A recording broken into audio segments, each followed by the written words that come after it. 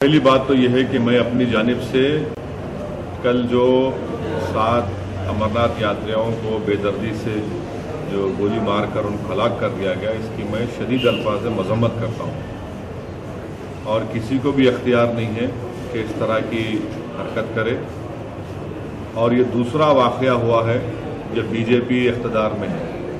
इससे पहले पहलगाम में हुआ था जब बीजेपी पावर में थी, दूसरा वाक़या है। तो मैं इसकी शदीद मजम्मत करता हूँ। और दूसरी बात यह है कि लश्कर तैयबा 2008 में जिस तरह का ब्लॉकेड हुआ, उस तरह के हालात पैदा करने की कोशिश कर रहा है।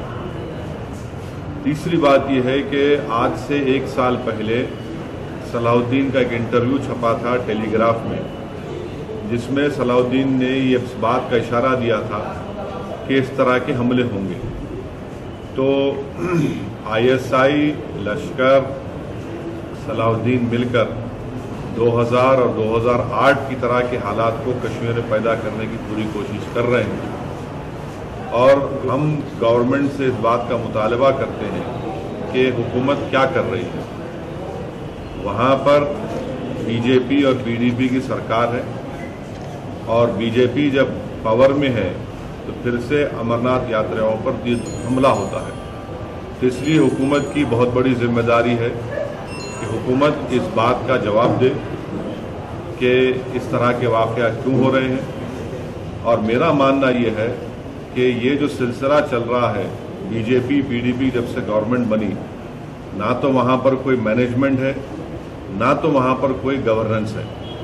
इसीलिए ये तमाम चीज़ों को देखते हुए गवर्नमेंट ऑफ इंडिया को कश्मीर के ताल्लुक से, क्योंकि वो पावर में है, उनको एक कंस्ट्रक्टिव काम वहाँ पर करने की ज़रूरत है। और आखिर में मैं ये कहूँगा कि जो लोग इन मासूम हिंदुस्तानियों के हलाकत की सियासत कर रहे हैं वो ना करें, क्योंकि 2002 में भी हमने देखा कि क्या हुआ।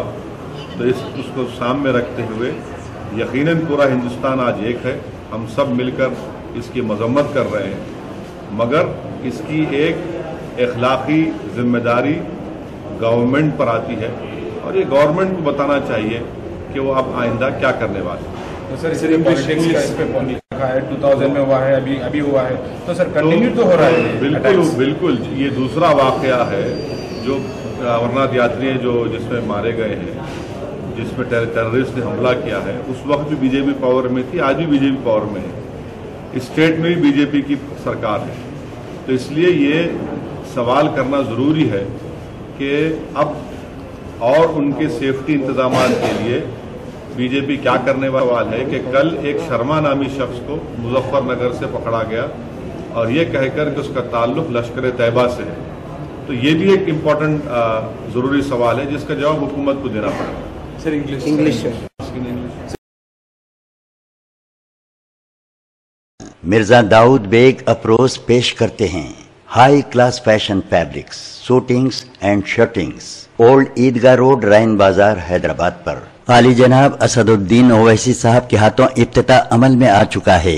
High class fashion fabrics, suitings and shirtings, मर्दाना वजाहत की पहचान लिए, ईद और त्योहार की आन बान शान लिए मशहूर कंपनियों के शूटिंग शर्टिंग्स का मियारी स्टॉक इस रमजान 10% डिस्काउंट पर हासिल कीजिए। शादियों के लिए सूट, शेरवानी, सफारी, कुर्ता पाजामों के लिए मियारी कपड़ों का भरोसामंद showroom. High class fashion fabrics, suitings and shirtings, old Eidgah road, Rain बाजार।